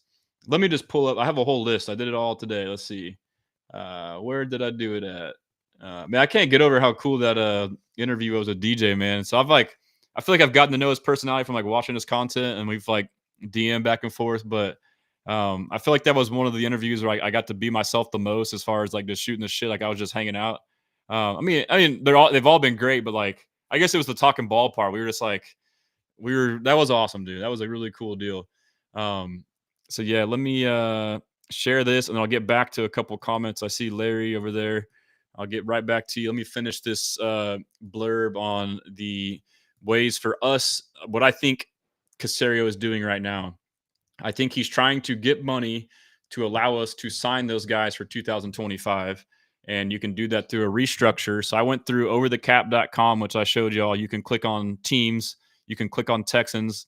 And there's a drop-down menu that gives you all the options. You can see what happens if I cut a player pre-June 1st. What happens if I cut a player post-June 1st? What happens if I trade pre and post? What happens if I restructure? What happens if I extend? It'll tell you, you do it, it'll give you all the numbers. It's just basic math equations. So, yeah, so that's basically math and equations. And so I took the numbers from there. And then when you look at it, each action you do, or most of them, have a dead cap associated with it and a savings. And obviously, you want to have more savings than dead cap. You want to have a ratio. And so I've been kind of researching too, like learning like the GM mindset. Like after my live stream last night, I stayed up till like one, late in the night, figuring out, trying to see who was candidates for stuff like that. Because this is what they do. Like the Tunsil trade, they sat and looked at these numbers like, all right, what the fuck do we do? So yeah, I actually like copied and pasted all in a spreadsheet and like made ratios of dead cap to, dead cap to savings. And obviously it's a case by case basis. But typically, you want to have like a 3-to-1 ratio of savings to dead cap to make sure it's justified. And obviously, it's relevant to the player's performance. Sometimes you just eat it if it's 1-to-1. But it's also volume too. Like if the dead cap sit is 1 million and the savings is 1 million, that's a 1-to-1 ratio. You wouldn't cut a guy and eat 1 million to save 1 million. But if it's a guy with a fat contract and it's 15 and 15, it's like, 15 million dead cap sucks, but I get 15 million in cap. Now it starts to change. So that's still a 1-to-1 ratio, but the volume's higher. So it does, the ratio matters. And I would imagine it's a sliding scale as far as volume and then the player, all that stuff. I've been nerding out. Not sure if y'all care to hear that, but Nick, right now, we haven't heard the new signings become official because we're restructuring guys probably.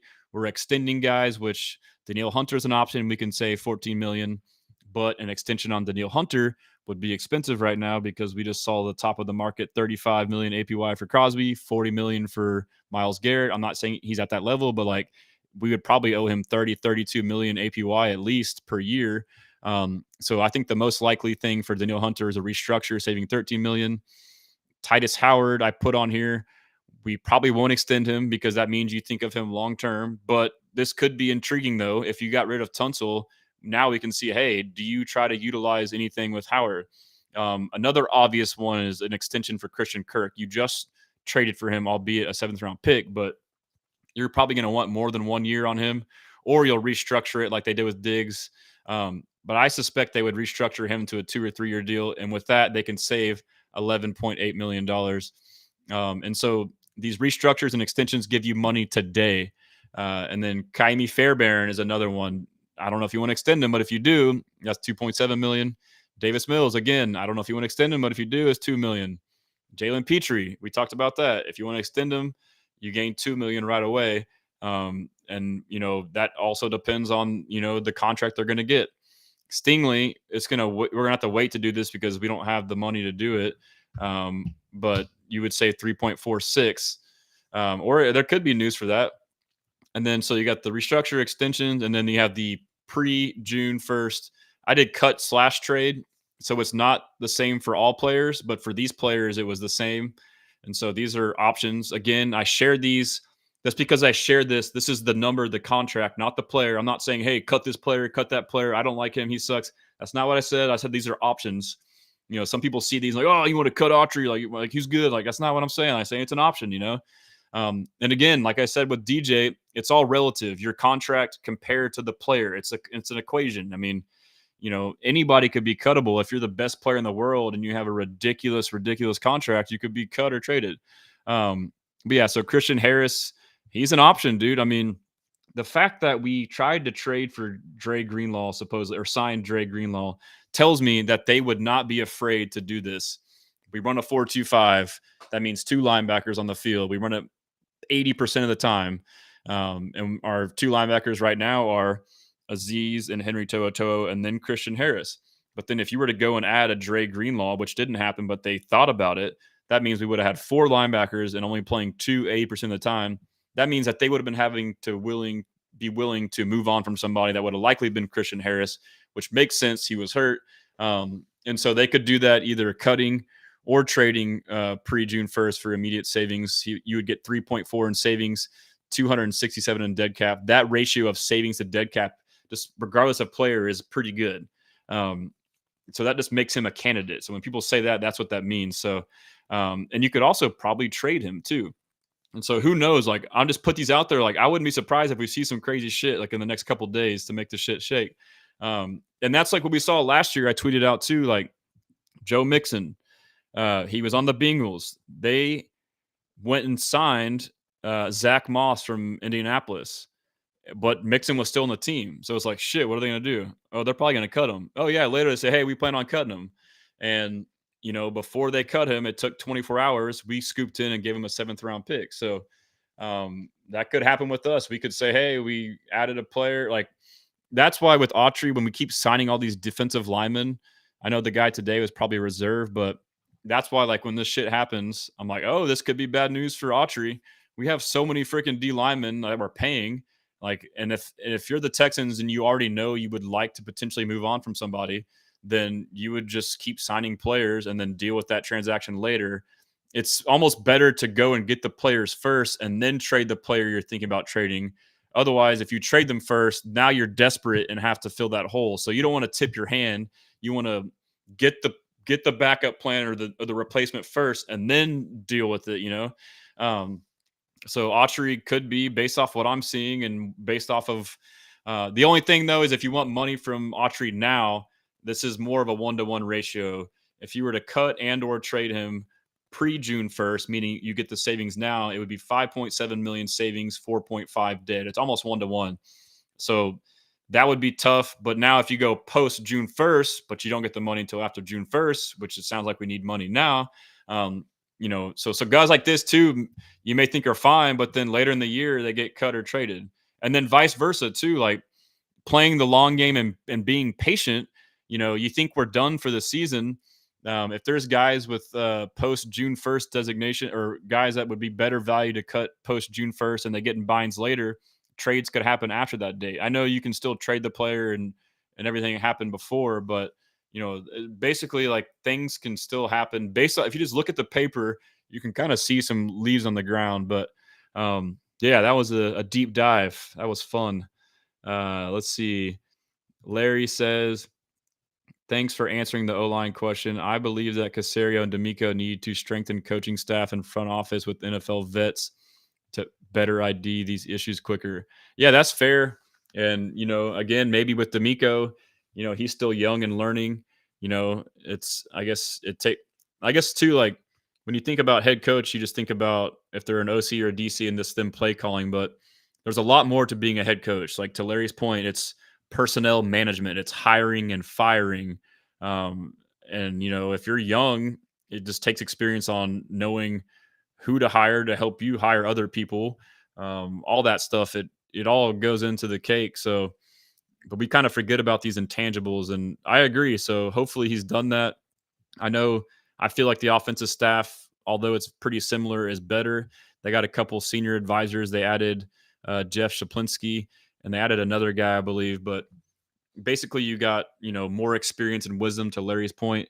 And then Warner Munoz says, "How you feel about Jawar Jordan potential?" I love it, man. He's been my sleeper the whole time when we drafted him. But the big thing about him was when we drafted him, he was like the top or one of the top rated zone running backs, which doesn't mean he can't be a good gap running back, but he had great value in that scheme last year.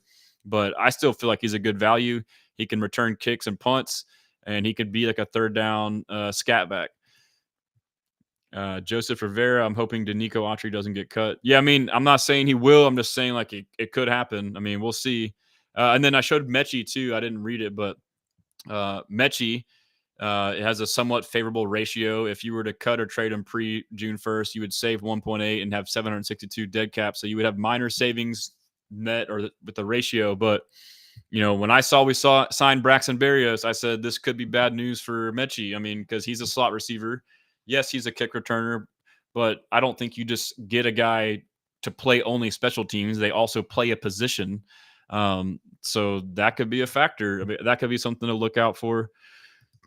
Brandon says, fun fact, we drafted Dwayne Brown, round 1, pick 26.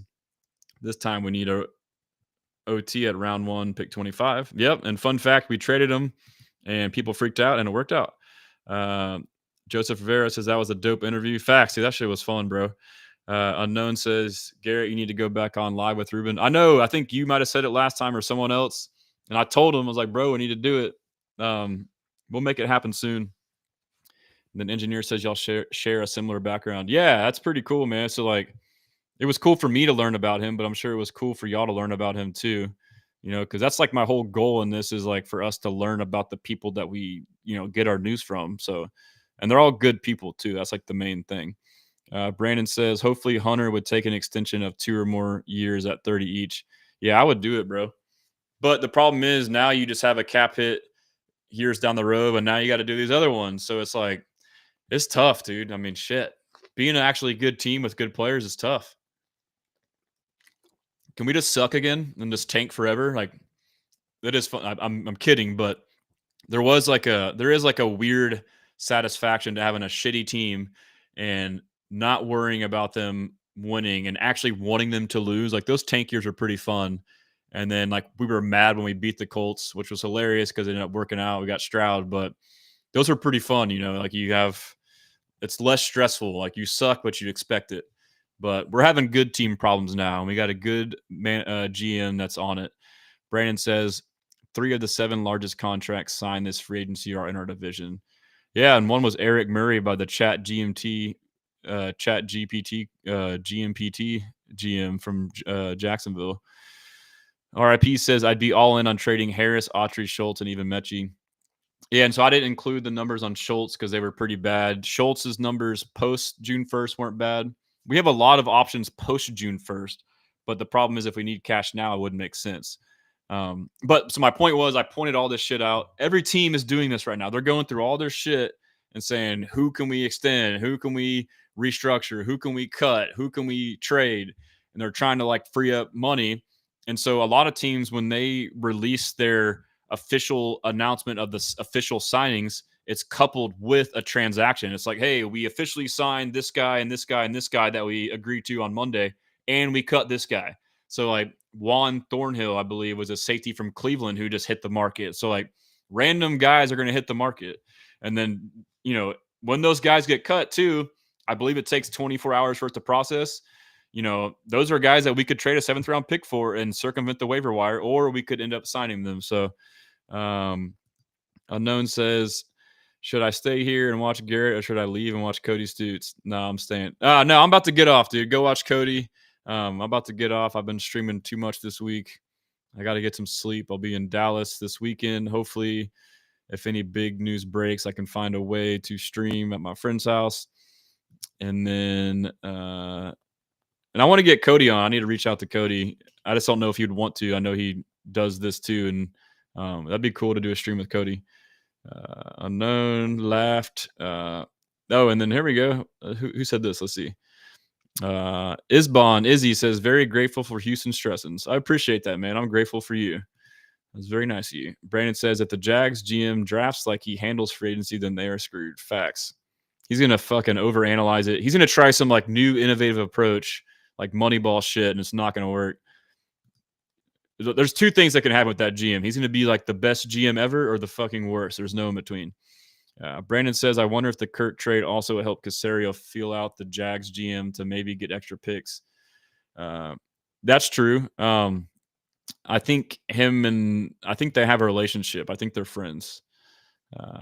Rudy says, do you think that they will make another slash move? Slash, I could see a cut. Splash, I don't know. Maybe just an average value guard. I mean, the fact that we didn't sign Zeitler at $9 million APY is like, damn, is he too expensive? Then like, what are we going to get? Dalton Reiser maybe.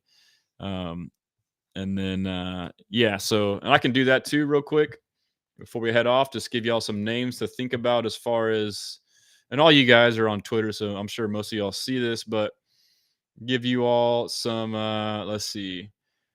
Where did I go? Some names of linemen left. And so I started diving into, I've been going to overthecap.com.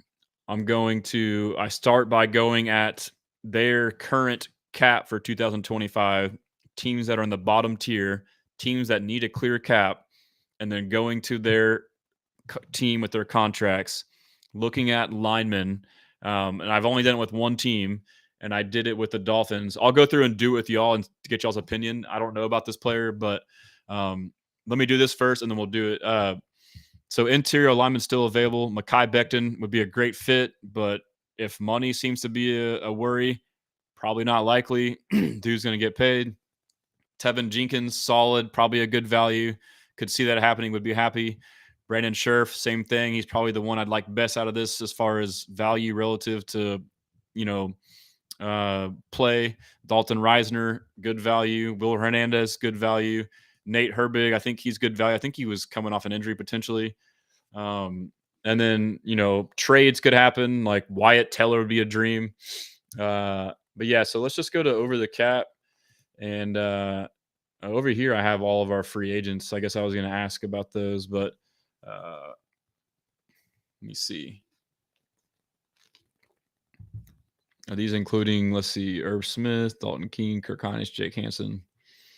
So these are all of our free agents that were that went elsewhere or are free agents, and then ones we sign, and it shows you all of their contract details. And so, yep. And then if we go to, so this is what I've been doing. I've been going to Cap Space. And then if y'all want to, Brandon, I know you like to research it. Help me find a gym O lineman that we could trade for or that might get cut. Scroll down to Cap Space. At the bottom, the Dolphins are negative 10,000 in 2025. And so I went to, you click on the team. Let's look at their roster. And let's just look at some of their biggest cap hits and see if there's any O lineman. No. Austin Jackson, he's an O lineman. He is a $13 million cap hit. He is their 1, 2, 3, fourth biggest.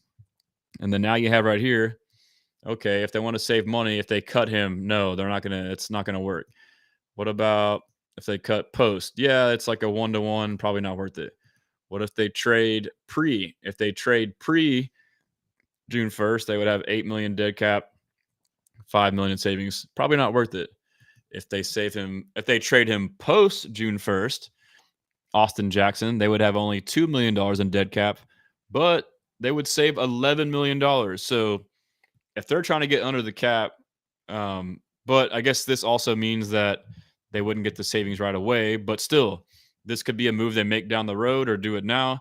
So, I mean, this could be a potential trade candidate. And so that was just like one of the things that I did. And then I went and like looked at his PFF. What I do next is I go to PFF and what's his name? Austin Jackson.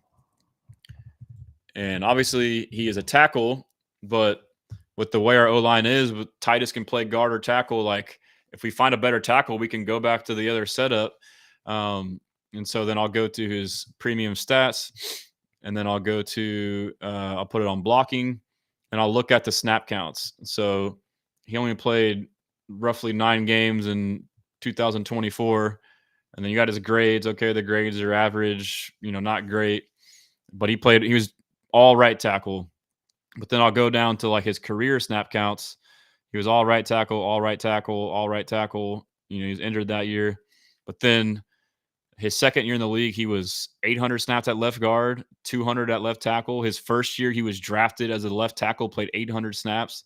So, I mean, this guy was drafted in, I'm not sure where, I think he was the first round. So he was a first round pick, number 18 overall, that they may be getting rid of. But also, too, guys like this, you also have to look at their contract. So then now you can click on his contract right there on over the cap and see, okay, what kind of value do you get for the contract? Like, is he going to have multiple years of cost-controlled years, or are you going to have to extend him soon? Well, let's take a look. 2025, his cap hit is $13 million. 2026, his cap hit is $13 million. So you would get 2 years, meaning that if he were good, he'd be wanting an extension next year. Or if you're the Texans, you could just, ride it out and not extend him. And then he has 1 void year. So his cap hit's pretty feasible. And then obviously that cap number would come down if you trade for him as the Texans, because there's dead cap from the Dolphins associated. So anyways, Brandon, help me find a move by doing that. I kind of gave you the recipe. And so I think the next team would be, and this changes too, but and we're saying all this and we're like the 4th or 5th lowest cap. But again, this is going to change drastically in the next couple of days with all these restructures and signings. But the Ravens, I mean, they're liable to cut or trade players. The Bills, they're liable to cut or trade players. The Falcons, they're also. So, I mean, those are 3-4 good teams to kind of look at for potential targets on right there. So that's what I got on that. I think that's probably it. And then, dude, it's crazy how we have to have many people with the same name on our team: Nick Caserio, Nick Caserio, CJ Gardner, and CJ Stroud. Yeah, I've thought about that, dude. The CJ and CJ thing's hilarious. Brandon's Dolphins O-line has been bad, though. Call me crazy, but I would have asked them about trading for Pat Paul. Yeah. And And then Larry Payton says Cesar Ruiz from the Saints. So yeah, the Saints, they did some gymnastics, but they were in cap hell, but they got 16 million, which isn't a lot. So let's look at the Saints. Let's look at Cesar Ruiz. Click on the Saints. And so Cesar Ruiz, he's cheap. So his cap number is 5.8. Cutting for them does not make sense pre-June 1st. Cutting him post-June 1st does not make sense. Trading pre-June 1st does not make sense. Trading post-June 1st does not make sense. Yeah, they're kind of stuck with that contract. Damn. Yeah, that sucks. But then I guess I don't know if they could restructure and then trade, but yeah, that's a tough one. But yeah, if y'all ever have a question, if y'all don't know how to do this, if y'all ever think of a target, like DM me or tweet me. Like I'm all about trying to find the next gym, bro. So yeah, that's all I got, man. I appreciate you guys tuning in. That was a great episode. DJ is a really chill dude. That was pretty cool to hear a couple of those stories. Let's see, stop sharing the screen. Him playing Madden with Mixon was crazy. That was tight. We need to make that happen to get them to do a live stream. Maybe I can get it on here and we can all just be in the chat talking shit. But yeah, that's cool, man. That's all I got. Hopefully, some stuff shakes out. But regardless, like what I just ran through, that's what they're doing right now. That's why there's no crazy moves. So there'll be a process. We'll see some of this stuff as what I would assume. If we are going to get anybody, there's going to be a lot of these moves to allow for us to do so. But regardless, I feel good about where we're at. And like DJ said, I've been saying the same thing. Season starts August, September. We've got plenty of time. I mean, we see like all these post June 1st cut and trade candidates. So stuff you can still cut or trade them earlier, but I'm not sure how the trading June 1st happens if you can designate it after or you have to actually wait. But the point is, like, things can change. Just last year, we didn't trade for Diggs until like April 12th. So, I mean, we just got to keep that in mind. Like, hey, things can get better. So, as RIP says, we'll be fine. And then Unknown says, Dalton Reisner, I know his run blocking was terrible, but his pass block was great. Breaking news from Brandon. Steelers have an offer out for Rodgers. And by the way, I assume nothing crazy happened. Like, did I miss anything during the show, Texans-wise, or anything noteworthy? Let me know real quick. And while you tell me that, I'll just look at Dalton Reisner. You know what, man? Let me pull up some PFF, and let's go through some of these prospects that we were talking about. Let's do, who are we talking about? Dalton Reisner. Again, PFF, not the end-all, be-all. But, hopefully they grade good enough for us to at least see if it matches up. But, and something I want to look at too is, what was the thought I had? It was about linemen on our team, gap blocking. Yeah, that's what it was. So I got the thought when I was streaming with you guys and I was showing some of the clips of Cam Jordan reworked his deal. So yeah, see, I mean, that's what's happening right now. See, Brandon, like we were just talking about how all this shit's, and so you know what? He didn't rework his deal.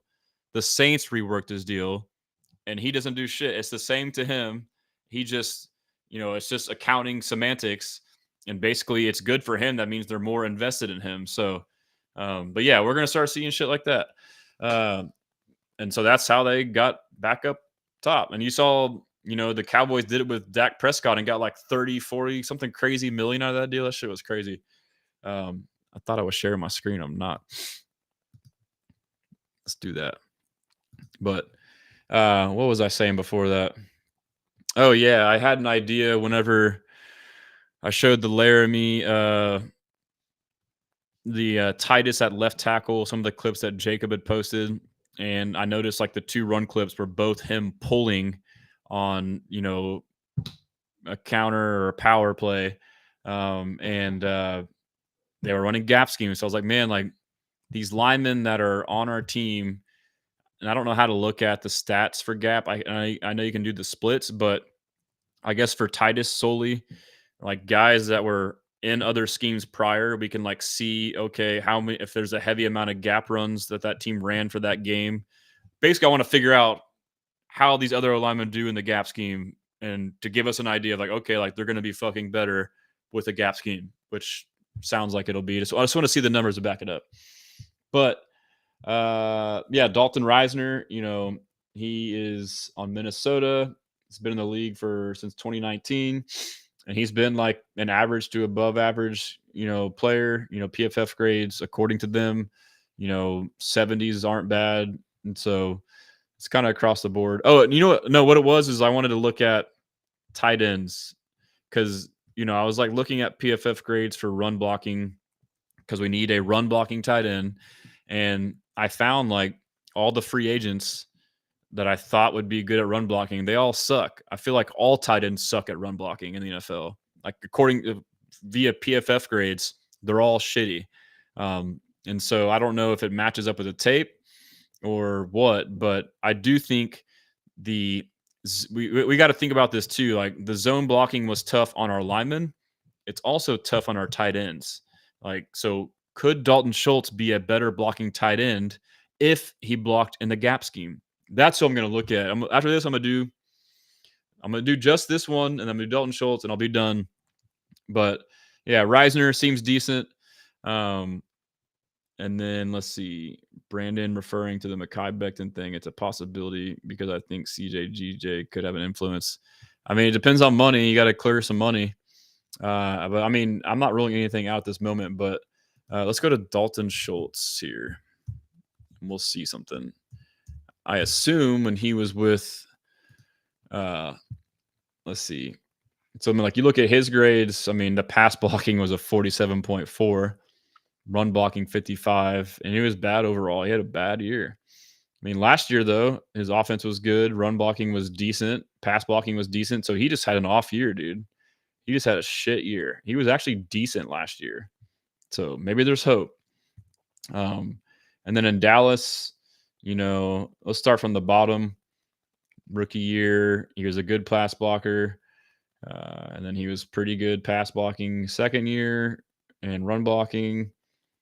And he was, pretty good at everything, like average, except for pass blocking in 2020 and then 2021. So definitely it looks like his grades across the board in Dallas, except for pass blocking, he just has random years where he sucks ass at pass blocking. He's had 1, 2, 3 years where his pass blocking grade is below 48. And then the rest are good. So he's had 1, 2, 3, 4. So he's like, one good year pass blocking and then shitty the next year. But the point is, I'm pretty sure in Dallas that he ran gap scheme and that he could be a better blocker in gap. And, I'll share like he's talked about how technical it is, like how the hand placement's different. Like it's a whole different fucking thing. You got to go like rather than just your normal block a fucking guy, it's all this bullshit. And so we're looking at this for, let's go 2020 Ezekiel. I'm getting tired, fellas. Got a pack too. Ezekiel Elliott blocking. No, we're going to go to rushing in 2020. He was on the Cowboys. And I'm looking to see the amount of gap runs he ran to see what kind of offense they ran. So run type. I mean, so he ran a lot of zone in Dallas. So, wow. That was in 2020. 2021 also in Dallas. He ran closer to 50-50. So, I mean, they weren't like a heavy wide zone, but a decent amount of zone. And then, yeah. And then again, I mean, so he had a year where it was like pretty lopsided. So I just went through Ezekiel Elliott on the Cowboys that coincided with Dalton Schultz on the Cowboys to see what kind of runs they ran. They ran more zone than gap, but it wasn't like a crazy 4-to-1 ratio, 3-to-1 ratio like the wide zone Shanahan scheme, except for 1 year it was, but it was still more. So you wonder, okay, all those grades we saw for Schultz, we really don't know like how good of a gap scheme blocker is Dalton Schultz. So, I mean, that's just me trying to be like, hopefully this changes everything, Just an interesting thing to look at. So, hopefully that helps him. All right, let me finish a couple more comments and I'll get out of here. Let's see. Yeah, we talked about Cam Jordan. And then RIP says Mason Taylor, tight end LSU, 3rd round. Good run blocking. That's also a good receiver. Facts. So that was my criteria. I went through, and I don't know if I wrote an article on this. I probably will because I tried to go through all the positions. I hit all the main ones that we needed, which was receiver, interior O-line, interior D-line, and I addressed like the whole room as a whole.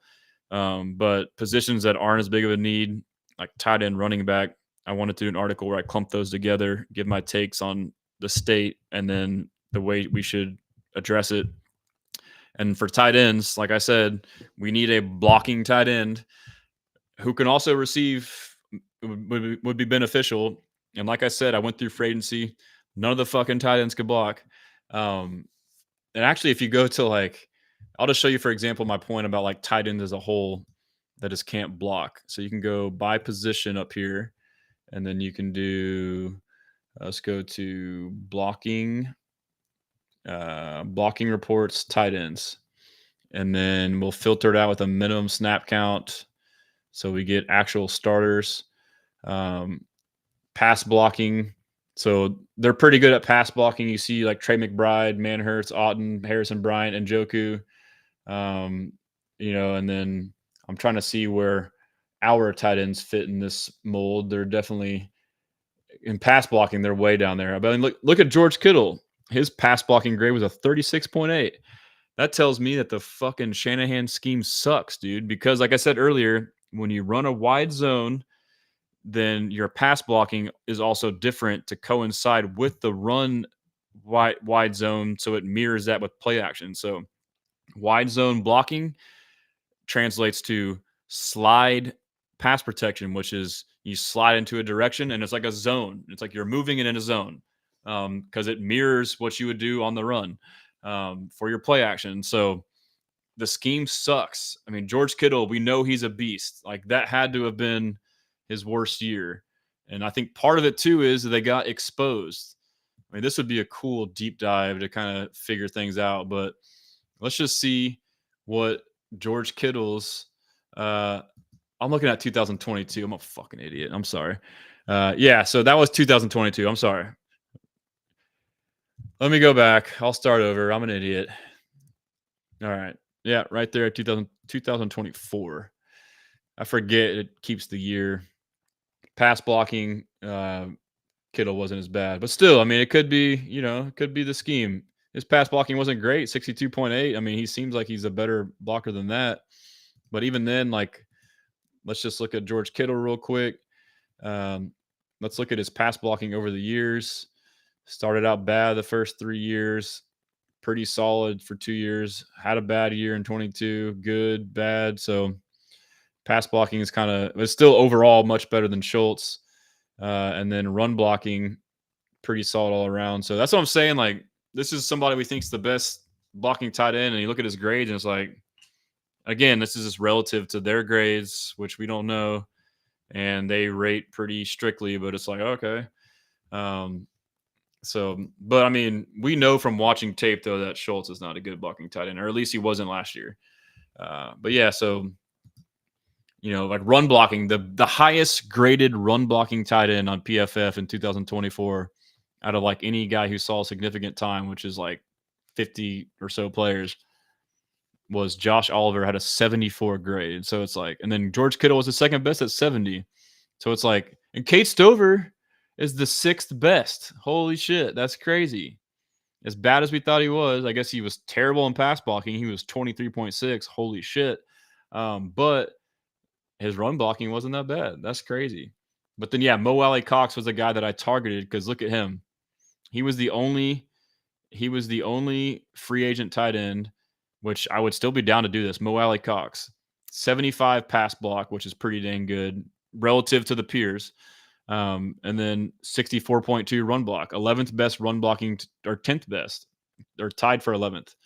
And then, and he played a decent amount of snaps. So, I mean, Mo Alley Cox, dude, he's our guy. He's the 4th best pass blocker and he's the 10th best run blocker.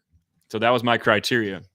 But to RIP's point, I did the same thing with college tight ends, and Mason Taylor and Turd Ferguson, I forget his first name, T. Ferguson from Oregon, they're the ones, dude. And they're both fucking studs at catching the ball. Yeah, they're not like, what's his face from Michigan, Loveland, and they're not like Warren as far as like basically receivers, but they're like legit tight ends, dude. And so yeah, let's look at this. Let's do it from FBS. And Jackson Halls is a guy that I like, who is underrated, mid to late round tight end who can block. But where were the grades for Mason Taylor? I feel like he was higher up here. That's crazy. He's got to be, Mason Taylor. His pass block is 63.9 and his run block is 59. So I mean, he's 25th in the nation. Again, like these grades are strict, but let's see who else is on here that we might recognize.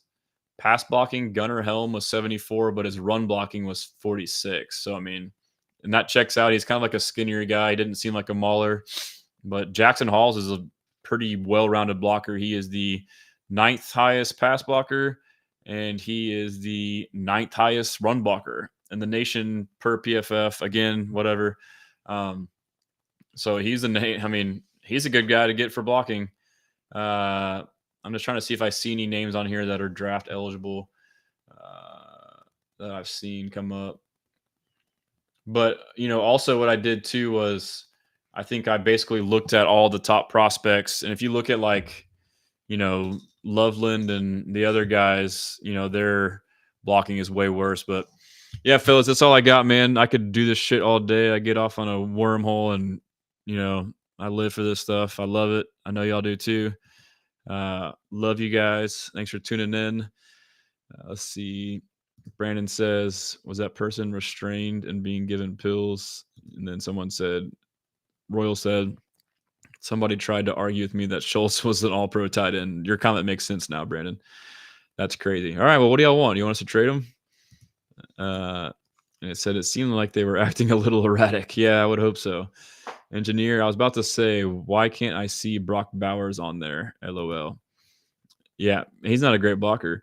Per PFF. So again, Brandon says, were they actually the Jags GM? Maybe there's time for a trade. Texans Fan Battle. Thanks for tuning in, guys. If y'all don't listen or watch or follow Texans Fan Battle, please do. They got some good stuff. They say, check out Field Vision Sports app, way better than PFF. I will do that. I'm going to leave it in my browser. Field Vision Sports app. Oh, and dude, I got a free trial to like this advanced stats. Oh, this is sick. What? How have I never heard of this? Look at this shit, guys.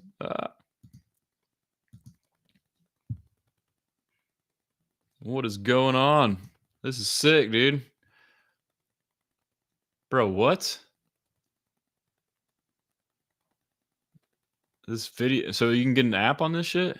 Bro, what? Oh, God. How am I just now hearing about this? This is fucking sweet. But yeah, I also got like a free trial, and I have yet to use it to SIS, Sports Information Systems. And they have like these advanced stats. Like I can run, y'all tell me if y'all want to like figure out some shit while I got the free trial. I haven't used it because free agency has been so crazy, but like I can do like usage reports, like how many times we run this formation in this scenario and this and that. Like it's like super in depth. Yeah, there's some cool stuff I can figure out on that. I inquired about it because I did that article on the pressure on CJ Stroud, like diving in. And I was like, this is cool. Like you can use data to kind of discover things. So, but yeah, I appreciate you guys tuning in. I had a blast. I will see y'all soon. And let me close out of here. But yeah, be blessed, man. Appreciate y'all. We'll see y'all next time.